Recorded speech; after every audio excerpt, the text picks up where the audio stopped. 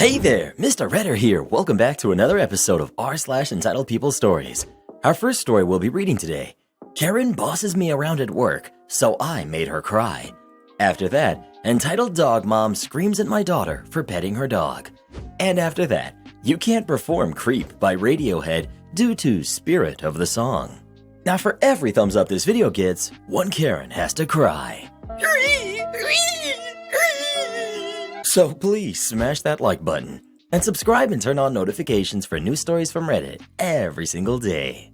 Karen bosses me around at work, so I made her cry. Okay, title sounds bad, but hear me out. So for context, I, 26 female, have been working at a corporate job for about a year. It's great, it pays really well, and I get along with pretty much everyone there. However, there's this one manager at work. Let's call her Leanne. She's around 40 and female. And most of us don't get on with her at all, as she's always humiliating people by talking down to us. For example, my coworker has a lisp, and last week when she asked him how far along he was with a project, he said it would still take a little while. She basically blew up at him, but half of the time when she was screaming at him, she was putting on a fake lisp to mock him. She'll always have a pile of work on her desk for other people to do because she needs to leave work to collect her kids from school when the father doesn't show up to collect them when it's his turn. Another thing is, she always expects us to stay on later than expected and coming in earlier, but we don't get paid for this time. That's just a few examples, because if I listed all of the things she does, it would be over the word limit. So today, I get told that I'm being promoted to a much higher position within the company. I'm excited about it as it pays better and will give me a lot more responsibility. The thing is, this position basically will make Leanne my subordinate. So I was telling a few coworkers about the promotion. We were just standing in the break room laughing and chatting when she came in. She started going off on us about not working, saying things like, "Oh, I get it. You guys must think you're on vacation just because it's a nice day out, do you?" At one point she said, "If you people don't get your butts back to the office right now, I'm going to report it to higher management." The more she talked, the angrier I got, and when she finally finished berating us, I stood silently for a second and then just said something like, "I'll consider this being you reporting it to your higher management, as that's currently my position in the company." One of my coworkers snorted, and Leanne looked furious. Then I just told her that me and my coworkers were okay to be in the break room, as it was literally our break time, that it was pretty rich to tell us we couldn't take a coffee break when she herself would leave work regularly to pick up her kids because her ex-husband couldn't be bothered. I said that she wasn't to speak to any of us like that anymore, or I'd have her written up within the minute. She stood there for a whole minute, it felt like, and then she started tearing up. Then she left without a word.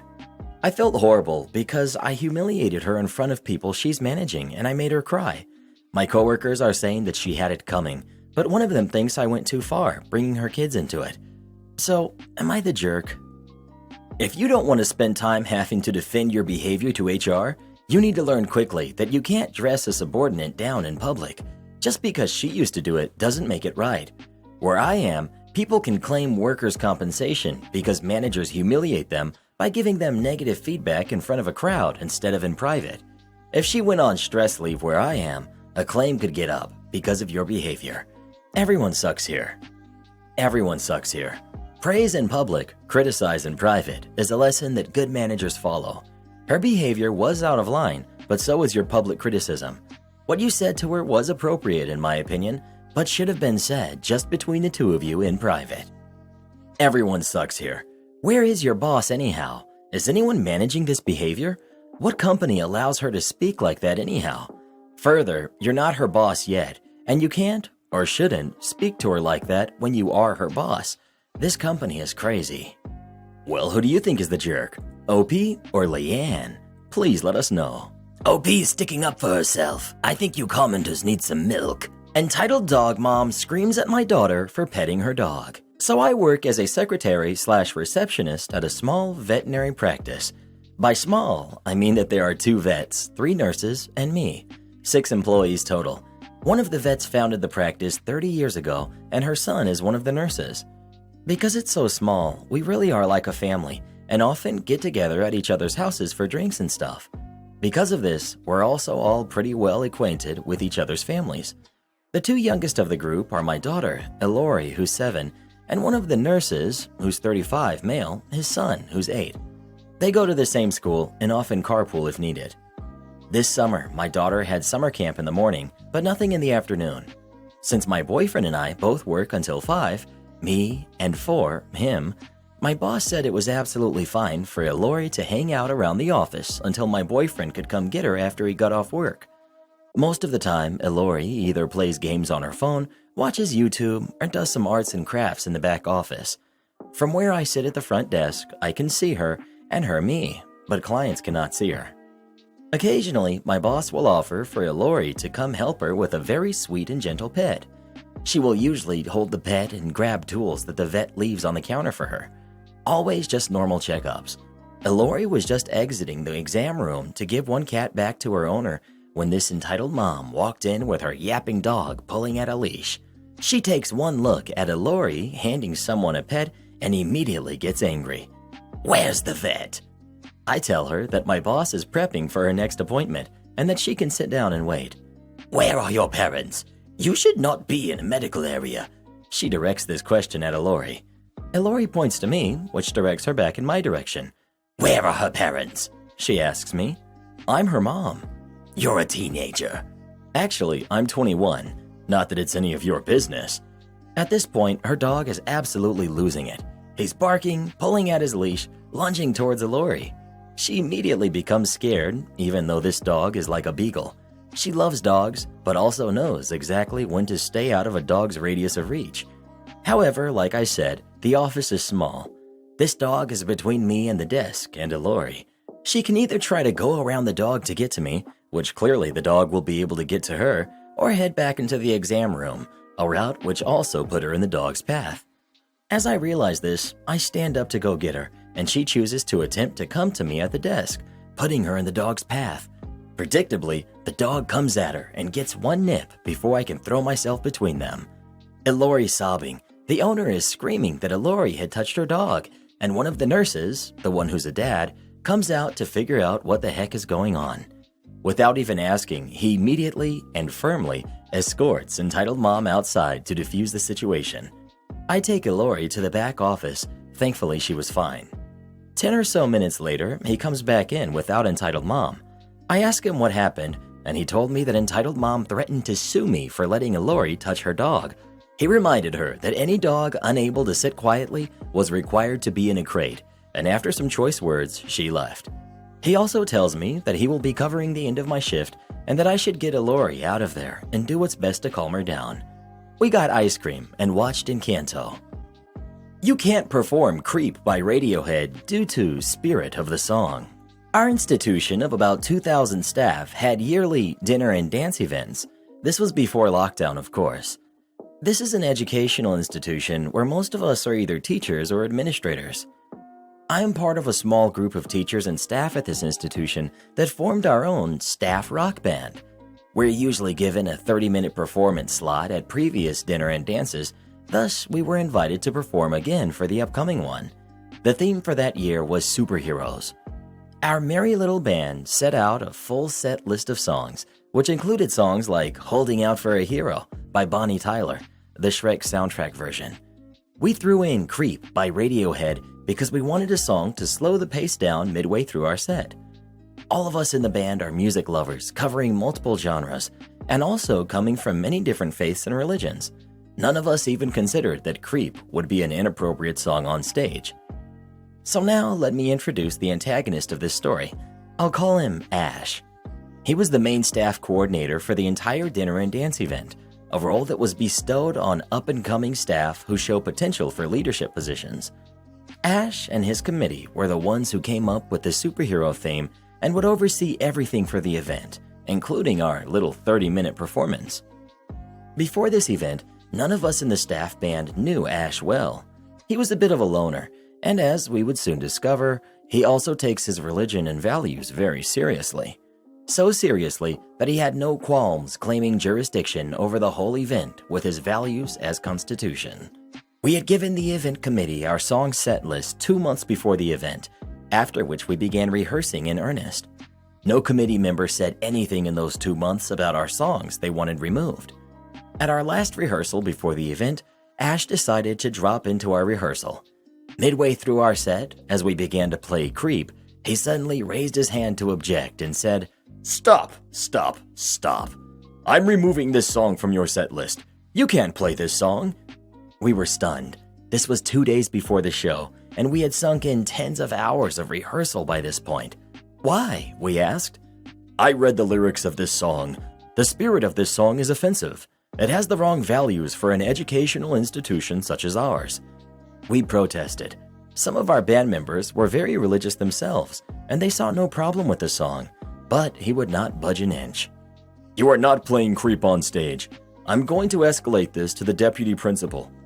The band members were fuming at this point, regardless of religion, but the band leader made the call. Okay. We can't play this song on stage, right? Then we won't. And just to be sure, this is a superhero-themed event, right? And your committee is encouraging all attendees to come dressed as superheroes? Am I correct?" "Yes," Ash replied, "and especially so for the performers. So we are expecting your band to come dressed up as superheroes to fit our theme." Cue malicious compliance. The day of the dinner and dance comes around, and over 1,000 colleagues showed up.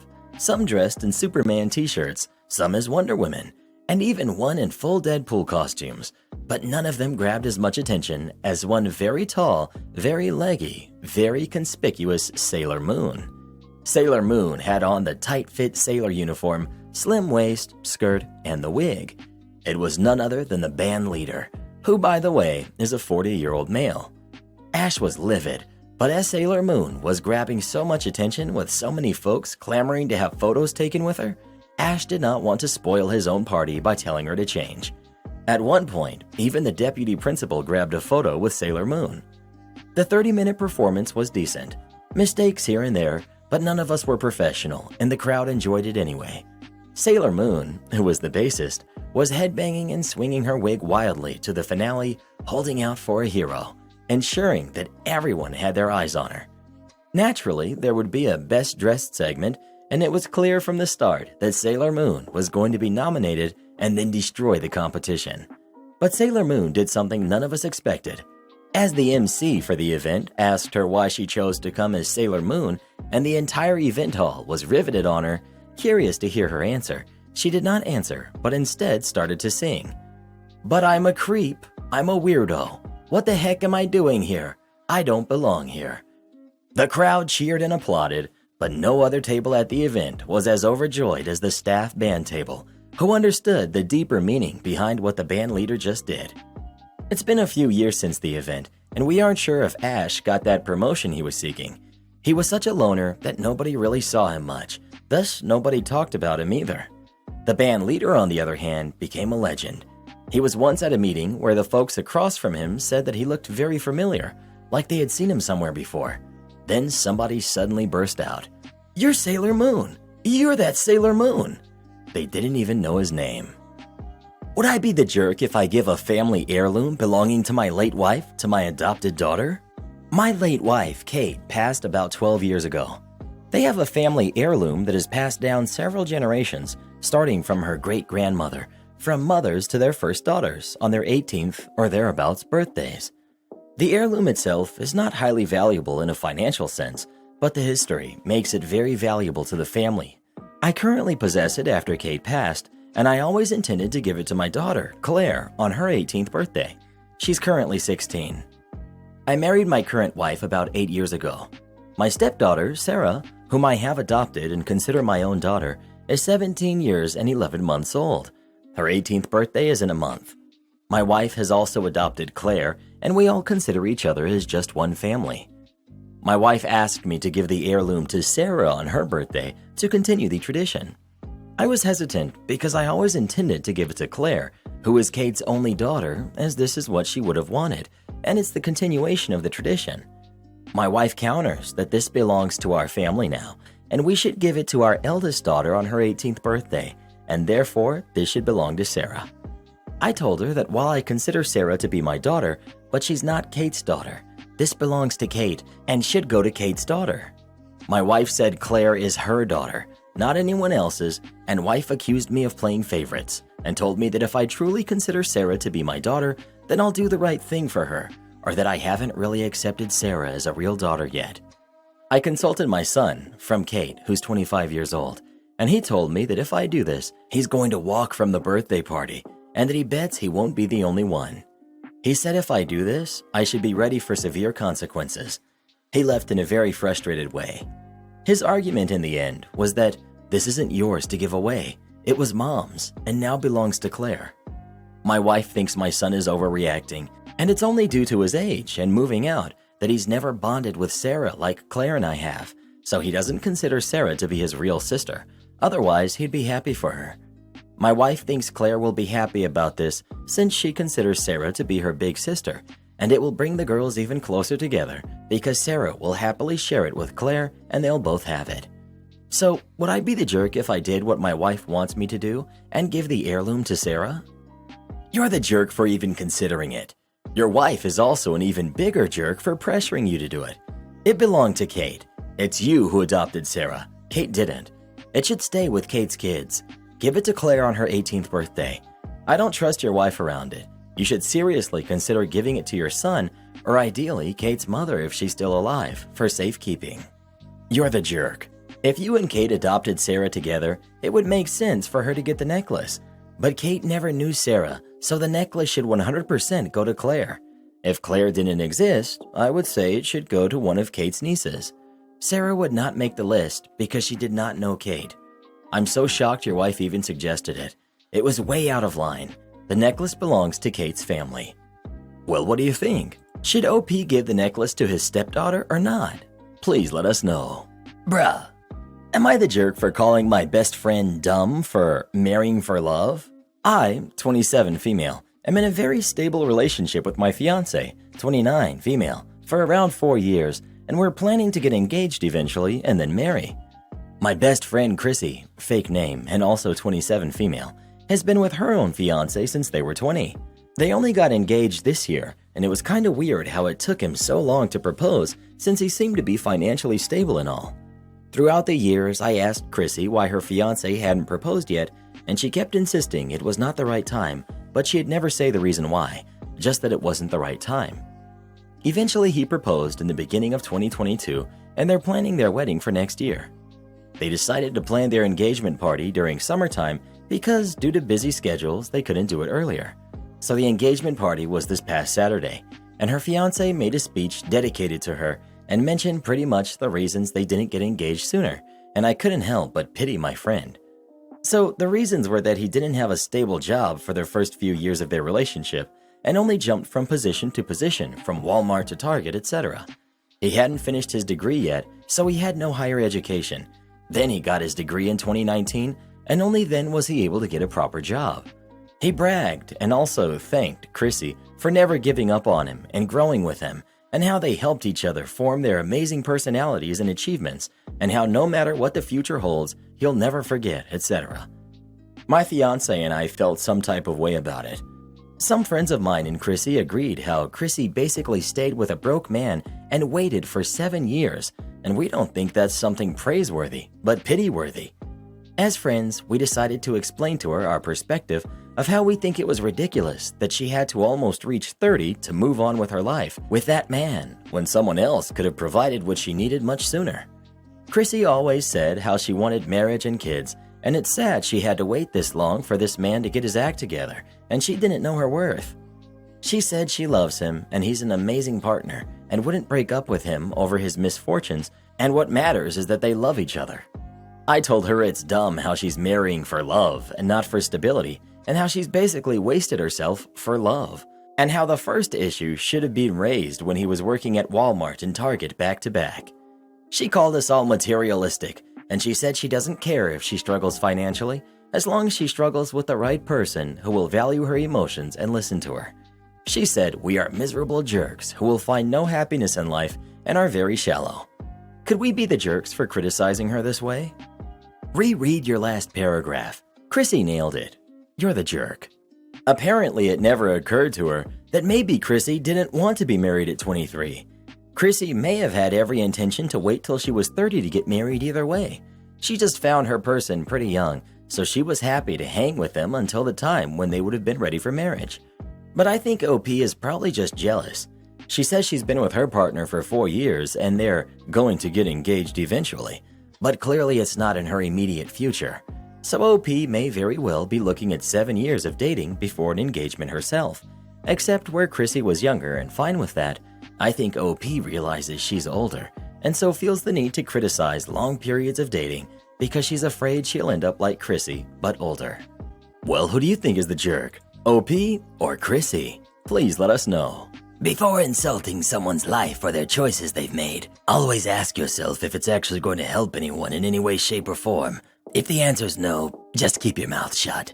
Am I the jerk for telling my mom to leave my house after she kept moving the furniture? My wife is OCD. She's on medication, but there are still things that she's extremely particular about. One part of this is where she puts things. She has certain things in specific places. She has the silverware in a certain drawer, the coffee table pressed to the side of the wall, the coffee maker below the coffee cups. She also works from home and is often in meetings. This is how she operates and generally gets through the day. There's a specific place for everything and for a reason, and it's convenient. Frankly, I think these spots are where most people keep their things. When she's in a meeting or talking to people, she'll keep her earpiece in, go make coffee as they're talking, and so forth. So she's usually rushing. Honestly, I don't even know if this is even a part of OCD or just a matter of her everyday routine that throws her off when it's not there. Mom was coming down to New Jersey where I live, visiting me and other siblings. She was staying with us, and usually this isn't an issue, but Mom continues to move things around the house. Like the things I've mentioned. She moved the coffee maker and the cups apart so they're hanging where there are hooks on the wall, the opposite way of the coffee maker. She moved the coffee table to the center of the room. She rearranged all of the plates and cups. She's putting my wife's pens, paper, notebooks, laptop, all in her office in different places, so my wife has to rummage around to find them. Mom keeps closing the blinds, making it dark and gloomy in the house. This gets my wife overwhelmed and has a bigger impact than how simple it seems, and her sidetracked from work because now she has to find everything and put it back. This has been happening for the past 3 days. Each time Mom does it, I tell her to put it back, then she gets mad at me, saying this is where everything should be, and she's just helping us. I stayed firm and told her to put it back, which she does, but once I leave, it's back to where I told her not to put it. It's starting to irritate me, and my wife is getting really frustrated with this. I don't think she or I can handle this for 2 weeks. Today, Mom moved my wife's office desk from the other side of the room, away from all the cabinets she has stored for her work things. This was it. I profusely told her to move it back and why. I told her that she's going to have to stay with my sister or find a hotel. She got really mad at me and my wife and told me she can't believe we're so selfish to not appreciate her help, then said if she's not appreciated, she'll leave. She left, but now I'm getting blasted from my sister and my brother saying I was a jerk for kicking her out, and this is just how she shows affection. I don't think I'm a jerk. We opened our home to her, which is already kind of a lot. It's our home. We should feel comfortable in our home, and our setup was comfortable for both of us. Not the jerk. Even if your wife didn't have OCD, it would be a darn move to do any of that. Like, if it were just that she did the washing up and didn't know where something goes and put it in the wrong spot, that would be fine. But she's deliberately rearranging things, and that's not okay. The fact that she's deliberately rearranging things, even after being explicitly told not to, is a huge sign of disrespect, whether OP's wife has OCD or not. Who goes into someone else's house and moves their home office around? OP's mom had no reason whatsoever to be in wife's office at all, let alone moving wife's office around, except to either exert control over space that isn't hers to control or cause trouble. Not the jerk, but OP's mom sounds like a massively controlling jerk. Well, what do you think? Is mother-in-law a jerk or not? Please let us know. People who touch your things after you tell them not to are the worst. I bet you OP siblings are mad now because mom's over there messing with their stuff. Am I the jerk for leaving my sister and her husband in the rain? My girlfriend, Emily, is a food content creator. She loves what she does, and her food is always tasty. If she decided to open a restaurant, she would always be fully booked. She does not do professional catering, but she likes to prepare food for friends and family. A little context. A few weeks ago, my sister, Paige, wanted to host a dinner party for her friends and family. 8 guests. She asked Emily to help her design an elaborate course menu. Eventually, this turned into Paige hiring Emily for a night to prepare and cook all the meals. Paige paid half of the agreed amount and promised to pay the remaining balance by a certain date. Emily spent days prepping, cooking, cleaning, etc. to make sure the dinner was perfect. She spent the entire day at their house prepping, and she also helped Paige clean the house in preparation for the guests. At first, she says that she was overwhelmed, but nothing she couldn't handle. She was alone working in the kitchen. The guests arrived almost 2 hours earlier than Emily was expecting. According to Emily, my brother-in-law, sister's husband, started to brag about their new exotic maid that they had hired because of this event. He went on, mentioning how hard it was to understand their maid because of her accent.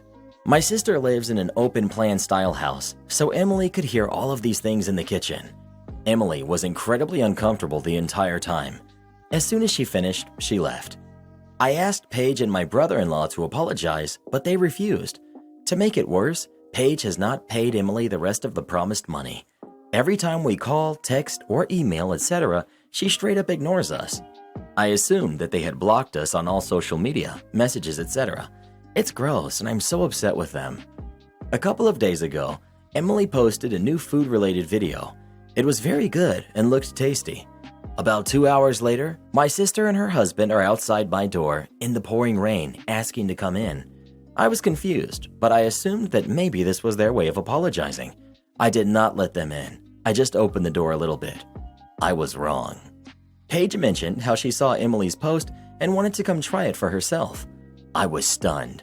Not only was I disappointed in them for not apologizing or paying Emily, I was shocked by the ridiculousness of their thought process, that they would show up for free food like nothing had happened, ignoring the fact that Emily doesn't upload her content on the same day she makes it.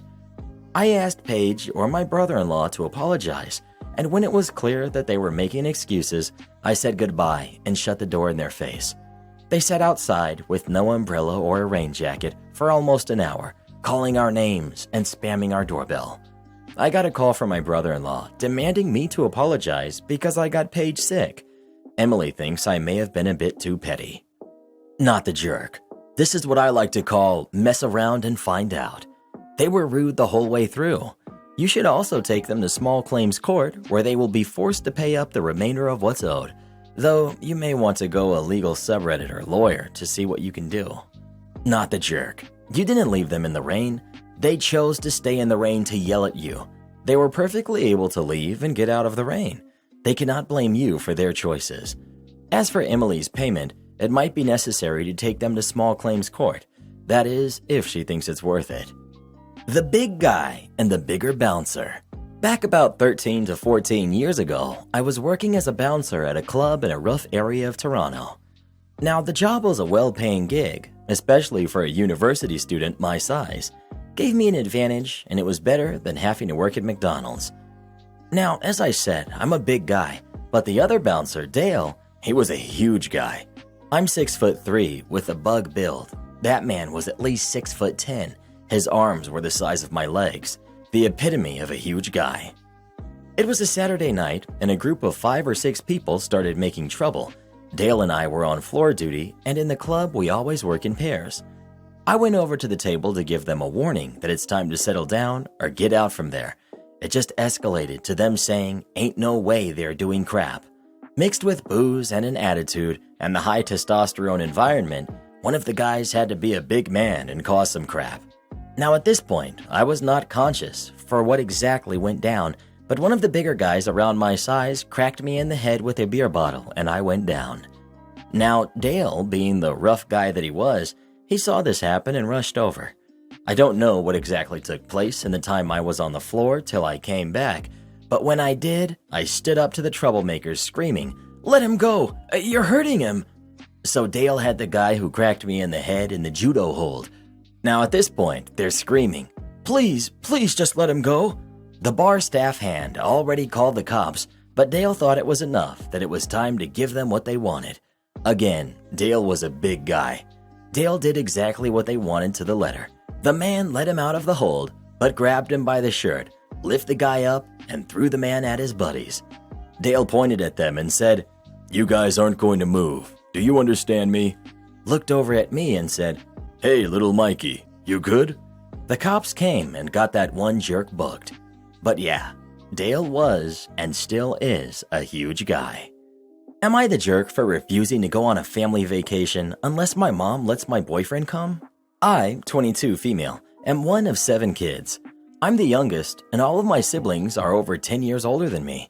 They are all married, but only one of them has kids. My dad left when I was 7, and none of us have heard from him since. We didn't go on any family vacations after he left because my mom was too anxious, and then by the time she wasn't, my siblings all had their own lives. My mom decided last year that she wanted to go on a huge family vacation. It's out of the country and for 15 days. All of my siblings are going to be there along with their partners. The vacation is next week. I've been with my boyfriend now for about 6 months, and I thought it was a given that my mom would pay for my boyfriend to come too. When I mentioned it to her, she laughed, thinking I was joking. She said it's a family vacation where all of us are going to be spending actual time together for the first time in a long time, and she doesn't want to pay for someone she barely knows to be there. I said this was unfair, and I told her I refused to go unless she would let him come. She's upset, and my siblings are all saying that I'm a jerk, but I just don't think it's fair when all of my siblings' partners are going. Am I the jerk? You're the jerk. Let's break this down. 1. This is a big deal 2-week vacation for the entire family, which has not gone on a vacation like this in at least 15 years. 2. Your mom is paying for everyone. 3. Your mother really wants to do this. She wants to gather her 7 kids together and have a fun experience as a family. 4. It's a week away, and you're only now discussing the boyfriend coming? How long ago was all this planned? Did you think the boyfriend of less than 6 months was invited on the all expenses paid by mom family vacation? 5. Your mom has been the only parent that was there for you from the time you were 7. She had to weather all the issues of her husband abandoning all of you, including those who are now adults. Is there no part of you that's okay with just letting her have this because of everything that she's done for you? Just not throw a fit about something and be the person who upsets everyone at the family vacation? 6. There are times in life where you gotta balance what you want against what it is going to cost. Well, who do you think is the jerk? OP or her mom? Please let us know. Support our channel by joining as a member today, and we'll give you a shout out in our next video. Or come watch this video next. You won't believe what Karen does in that one.